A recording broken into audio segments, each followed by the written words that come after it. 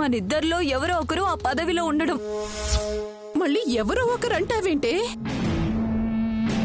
నేను తప్పుకున్నాను, నువ్వే ఉండు అన్నావుగా. అదే చెప్తున్నాను వదినా.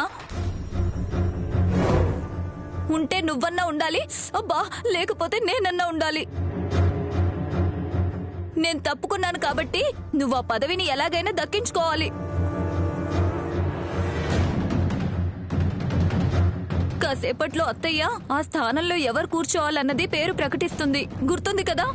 అవును కదా, ఈ మంటదేముంది, కాసేపు భరించొచ్చు.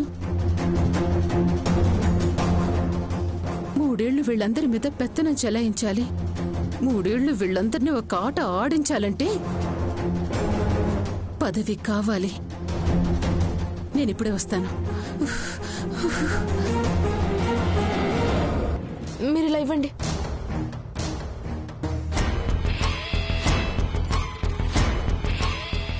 అందుకే ఆ పదవిని నేను తీసుకోవాలనుకుంటున్నాను. అలాగే అమ్మమ్మతో మాట్లాడి ఆ పదవి నీకే ఇప్పించే బాధ్యత నాది.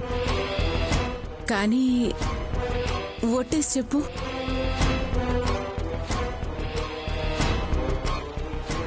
ఒట్టమ్మా.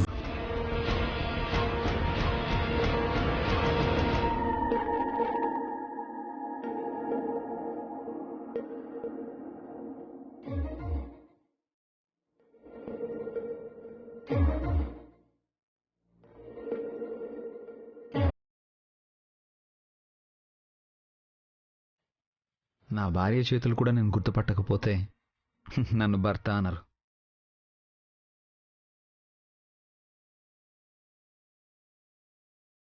ఏంటి ఏంటి ఆఫీసర్ గారు ఏదోలా ఉన్నారు? ఏం లేదు. భర్త మనసులో ఉన్న కష్టాన్ని భార్యతో చెప్పుకోవాలి. చిన్నప్పట్ల చిట్టితో షేర్ చేసుకోవడం కాదు. అది ఇంకా మనసులోనే పెట్టుకున్నావా? ఎలా మర్చిపోతాను? ఫస్ట్ టైం నాకే చీర కొనిచ్చారు అని అనుకున్నాను. 8 ఏళ్ల వయసులోనే గౌన్ కొనిచ్చేశారు. చిట్టి చిట్టి అంటూ తన చుట్టూ తిరిగారు. ఏదో పెళ్ళైంది కాబట్టి ఇప్పుడు కళ్యాణి కళ్యాణి అంటూ నా చుట్టూ తిరుగుతున్నారు. ఆ వయసులో ఫ్రెండ్స్ మాత్రమే ఉంటారు.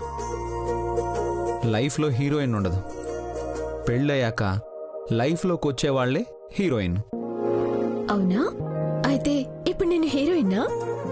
నాకైతే నువ్వు హీరోయిన్వే. సరే కళ్యాణి, నీకు విషయం చెప్పాలి. చెప్పండి ఆఫీసర్. ఏం లేదు, ఈసారి చేనేత కార్మికుల సంఘానికి అధ్యక్షులుగా అమ్మని నిలబెడితే ఎలా ఉంటుందంటావు?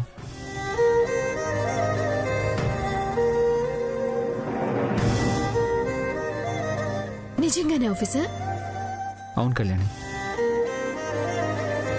నేను అమ్మకి సపోర్ట్ చేద్దాం అనుకుంటున్నాను.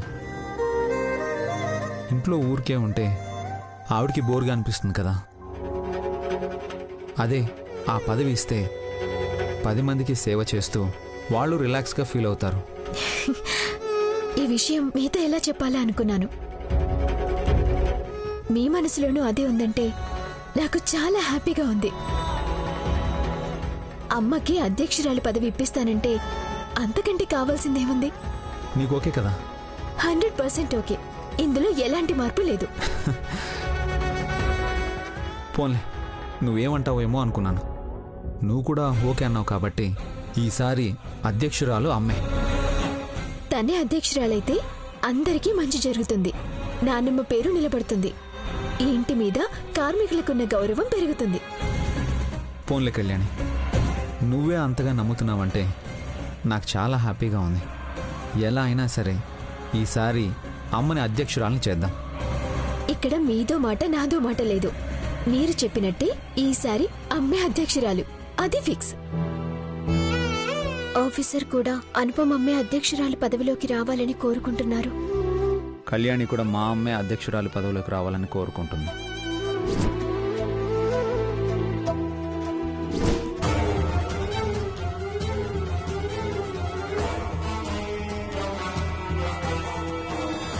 మొత్తం మీద మీ అత్తయ్యకి చేతులు మంట పుట్టినా అరవకుండా బాధను భరించింది అని ఈ తమలపాకు చూసిన తర్వాత నాకు అర్థమైందమ్మా. అమ్మని బాధ పెట్టాలనుకుంది. అందుకే అలా చేయక తప్పలేదు. తప్పులేదు. అలాంటి బుద్ధి తక్కువ పని చేయాలనుకున్నప్పుడు తగిన శిక్ష పడాల్సిందే. నా కడుపున పుట్టకపోయి ఉంటే దానికి నేను విధించే శిక్ష వేరేగా ఉండేది. సర్లే, ఎలాగూ తగిన శిక్ష పడిందిగా. ఇంతకీ నాకు ఇచ్చిన మాట గుర్తుందిగా? ఈ ఇంట్లో ఎవరేం మాట్లాడినా నీ మాట మీద నువ్వు ఉండాలి. మంచి గెలవటానికి, మంచిని గెలిపించటానికి నేను ఎవరితో గొడవ పడ్డానికైనా సిద్ధమేనానమ్మా. ముందు హారతివమ్మా.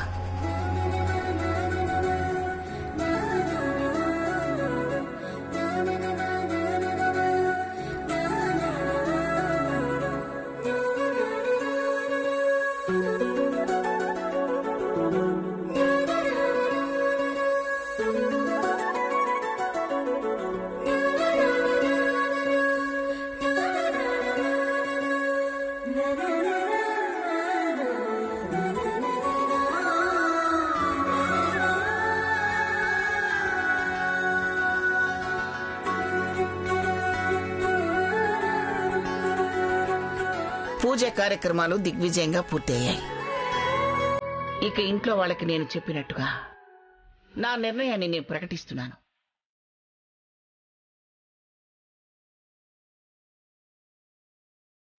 నా తర్వాత అధ్యక్షురాలి స్థానానికి నా మనసుకు సరైన వ్యక్తి అనిపించింది ఎవరు అంటే మన అనుపమ.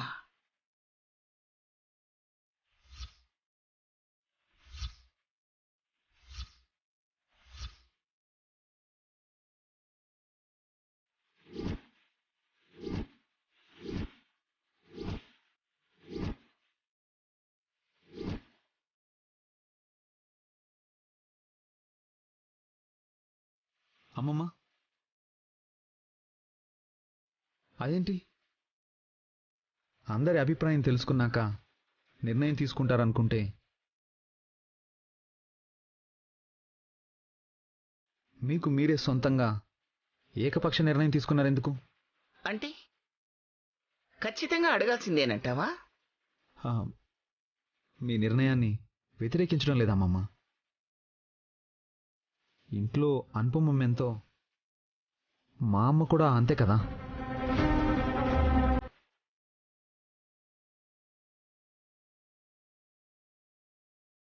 ఇప్పటి వరకు ఏమీ కోరని మా అమ్మ మొదటిసారిగా ఆ పదవి కావాలని కోరింది. ఈసారికి అమ్మని అధ్యక్షురాలని చేయండి.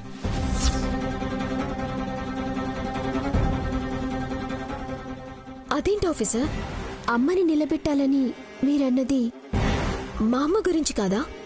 కాదు, మా అమ్మ గురించి. నువ్వు అనుపమమ్మ గురించి అనుకున్నావా?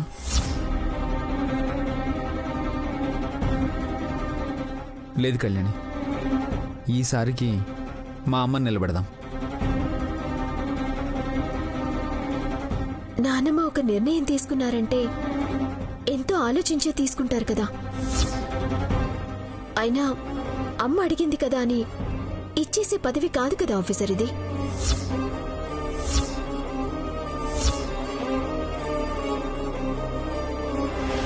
కోడలన్నాక అత్త సైడ్ మాట్లాడాలి. బావా వాళ్ళ అమ్మని నిలబెట్టాలని చెప్పిన తర్వాత కూడా నువ్వేంటి ఆపోజిట్ సైడ్ మాట్లాడతావు?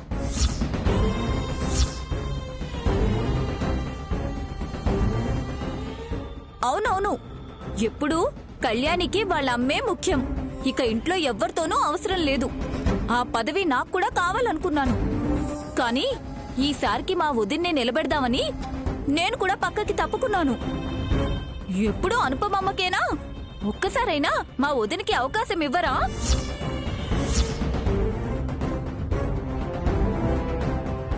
అమ్మా,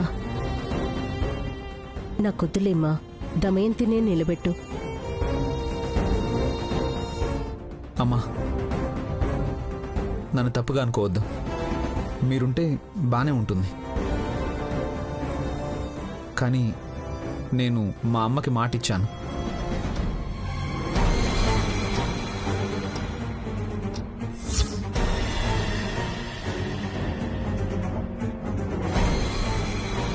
మాటిచ్చారు కదా అని ఎలా నిలబెడతారు ఆఫీసర్? ఆ పదవిలో ఉండాలంటే కొన్ని అర్హతలుంటాయి కదా. చేనేత కార్మికులకి అధ్యక్షురాలుగా ఉండాలంటే ఏం అర్హతలు ఉండాలేంటి?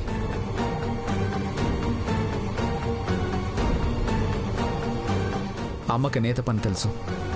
చిన్నప్పటి నుంచి అమ్మమ్మ పక్కన కూర్చుని ఆ పని చక్కగా నేర్చుకుంది. ఇంటికొచ్చిపోయే ప్రతి ఒక్కరితో పరిచయం కూడా ఉంది.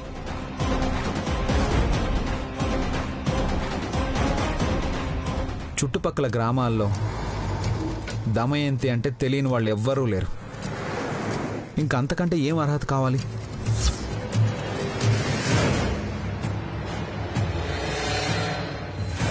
అత్తయ్య అందరికీ తెలుసు, దాన్ని నేను కూడా ఒప్పుకుంటున్నాను. కానీ ఈ పదవి అంటే 10 మందితో లౌక్యంగా మాట్లాడాలి. నష్టం వచ్చినప్పుడు సర్ది చెప్పాలి, కోపం వచ్చినప్పుడు బుజ్జగించాలి. అది మా అమ్మ కూడా చేయగలదు.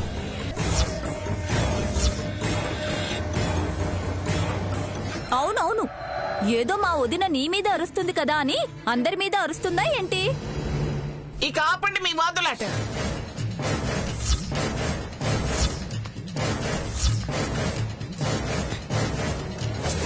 అనుపమ నిలబెట్టాలని నేను ఒక నిర్ణయం తీసుకున్నాను.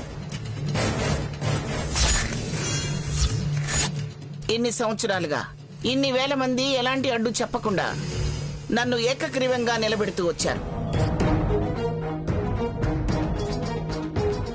కానీ ఈరోజు నా ఇంట్లో ఉన్న నలుగురే ఒక మాట మీద లేరని అర్థమైపోయింది.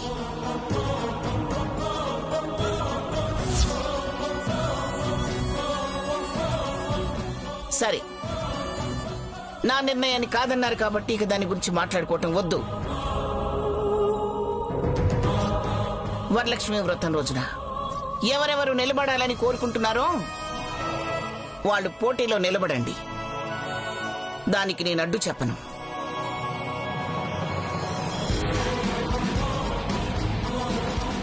కానీ 2000 కుటుంబాలు ఎవరిని కోరుకుంటాయో వారిని మీరు ఓడినా గౌరవించాలి.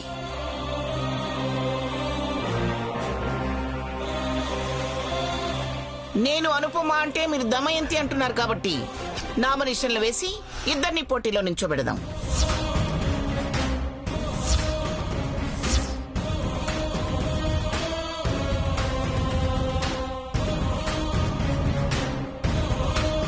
అందరి మద్దతు కూడగట్టుకుని ఓట్లు వేయించుకోగలిగితే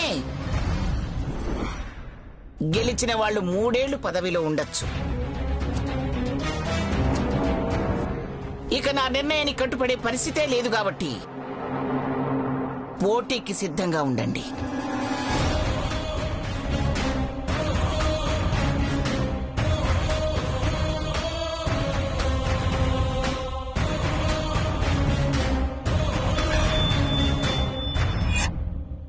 దమయంతి, పదవి కోసం అమ్మని అలా బాధ పెట్టడం ఎందుకు?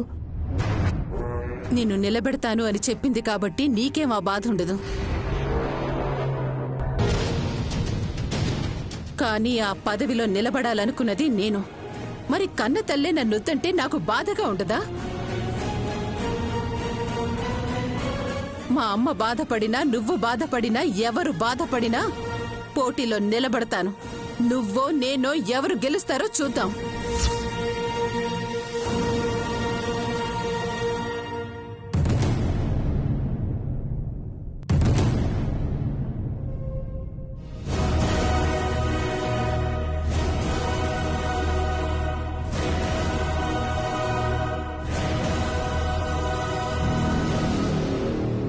అమ్మా, నువ్వేం ఫీల్ అవ్వద్దు. పోటీలో నిలబడితే నువ్వే గెలుస్తావు. అది కాదమ్మా, అమ్మలా బాధపడుతూ ఉంటే అందులో నీ తప్పేం లేదు కదా. నువ్వు గెలిస్తే అందరికీ మంచి జరుగుతుందని నానమ్మ నమ్మకం. అందుకే నీ పేరు చెప్పింది. కాదని వాళ్ళన్నా కానీ జనం నిన్ను కాదన్నారన్న నమ్మకం నాకుందమ్మా.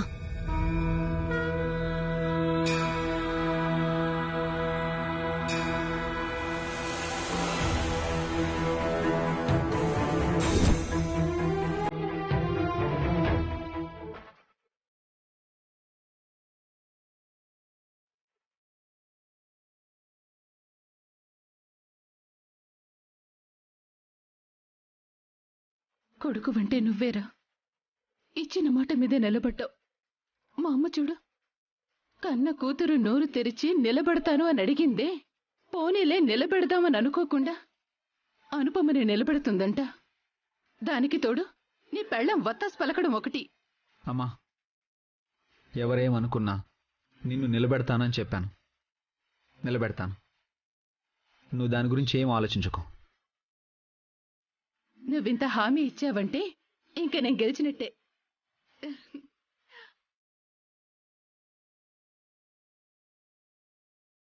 అందుకే ఆ పదవిని నేను తీసుకోవాలనుకుంటున్నాను. అలాగే అమ్మమ్మతో మాట్లాడి ఆ పదవి నీకే ఇప్పించే బాధ్యత నాది. కానీ ఒట్టేసి చెప్పు.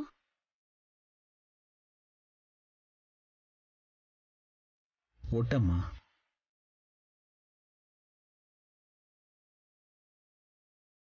ఏరా, మీ అమ్మ గురించి నీకు తెలుసు కదా. అది ఏ పదవి లేకపోతేనే ఇంట్లో ఇలా ఉంది. ఇక దానికంటూ ఒక పదవి వచ్చి 10 మంది విలువిస్తే ఇక మన మాట వింటుందా? నానా, అమ్మకు నేను మాట ఇచ్చాను. మరి నన్ను మాట తప్పమంటావా? మంచి విషయంలో మాటిస్తే తప్పులేదురా. మీ అమ్మకు నువ్వు ఇవ్వాలనుకుంటుంది ఒక చీరో ఒక నగో కాదు, ఒక బాధ్యత గల పదవి. ఆ పదవికి న్యాయం చేయకపోయినా పర్వాలేదు, కానీ అన్యాయం చేయకూడదు. దానివల్ల కేవలం మీ అమ్మకి మాత్రమే కాదు, మన కుటుంబానికే చెడ్డ పేరు వస్తుంది. అంటే ఏంటి మీరు? నా కొడుకే నన్ను నమ్ముతున్నప్పుడు నా వల్ల కాదని మీరెలా అనుకుంటారు? అసలేంటి మీ బాధ? నాకేమీ బాధలేదే. జనాలు ఎక్కడ బాధపడతారో అని నా బాధ, అంతే. ఆఫీసర్, మీరు అత్తయ్యకి మాటిచ్చినట్టు నానమ్మ ఎవరిని నిలబెట్టినా సమర్థిస్తాను అని నేను నానమ్మకి మాటిచ్చాను. ఓహో, రూమ్లో ఈ లోపల మీ మధ్య గూడుపుటని జరిగిపోయిందన్నమాట. అందుకేనా ఈ వగలాడి చెప్పిందని మా అమ్మ అనుపమ పేరు చెప్పింది. అంతేగా మరి. కళ్యాణి తెలివిగా నాన్నమ్మను మేనేజ్ చేసింది. వాళ్ళమ్మక పదవి రావడం కోసం నాన్నమ్మని గట్టిగానే కాకపట్టినట్టుంది. ఏయ్, పిచ్చి పిచ్చిగా మాట్లాడవంటే మొహం పగిలిపోద్ది. ఇక్కడ ఎవరి కోసం ఎవరిని కాక పట్టాల్సిన అవసరం లేదు. ఇక్కడ ఎవరు పరాయి వాళ్ళు లేరు. అయినా కూడా ఇది మా ఇంటి సమస్య. మధ్యలో నువ్వు దూరి మాట్లాడుతున్నావెందుకు? ఆగు కళ.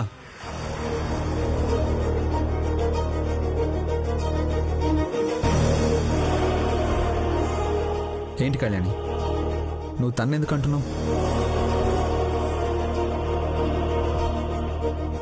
మన ఇంటికి వచ్చిన అతిథిని ఎలా గౌరవించాలో నీకు తెలీదా? అతిథి అతిథిలాగే ఉంటే బాగుంటుంది. తనకు తెలుసో తెలియకో ఏదైనా మాట్లాడినా కూడా మనమే కంట్రోల్లో ఉండాలి. వాళ్ళని బాధ పెట్టేలాగా మాట్లాడకూడదు. ఇప్పుడు నీ సమస్య ఏంటి? మా అమ్మ నిలబడుతుందనే కదా? ఇప్పటికైనా నీకు అర్థమైందా? దాని బాధ అదేరా. నిన్ను నన్ను డైరెక్ట్ గా ఏమీ అనలేక పక్కనున్న వాళ్ళ మీద పడుతుంది. చూడు, నేను మా అమ్మకి మాట ఇచ్చాను కాబట్టి మా అమ్మ వైపే నిలబడతాను. నువ్వు మీ అమ్మకు సపోర్ట్ చేయాలనుకుంటున్నావు. నువ్వు ఆవిడ వైపే నిలబడు. నాకు ఏ ఇబ్బంది లేదు.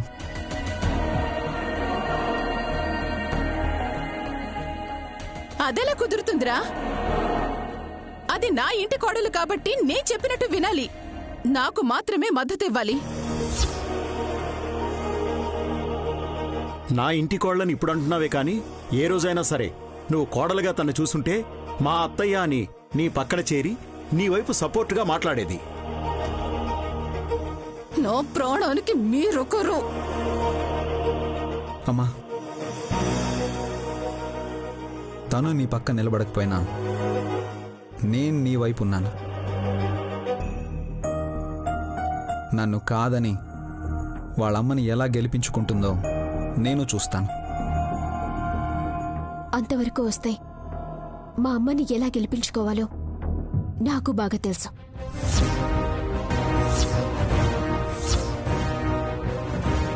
ఏంటి ఛాలెంజ్ చేస్తున్నావా?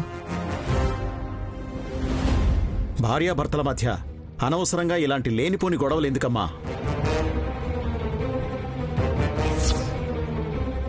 ఒసే దమయంతి, నువ్వు గమ్మునుండవే. నీ పదవి కోసం వీళ్ల కాపురం నాశనం చేసేలాగా ఉన్నావు. ఇప్పుడు నేనేం చేశానండి? నాన్న, అమ్మనేమనద్దు. అమ్మ ఖచ్చితంగా నిలబడుతుంది. ఆమెను గెలిపించుకోవాల్సిన బాధ్యత మనది.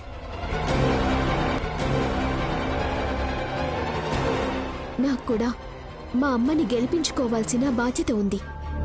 సరే, చూద్దాం. మీ అమ్మని నువ్వు గెలిపించుకుంటావో లేదంటే మా అమ్మని నేను గెలిపించుకుంటాను.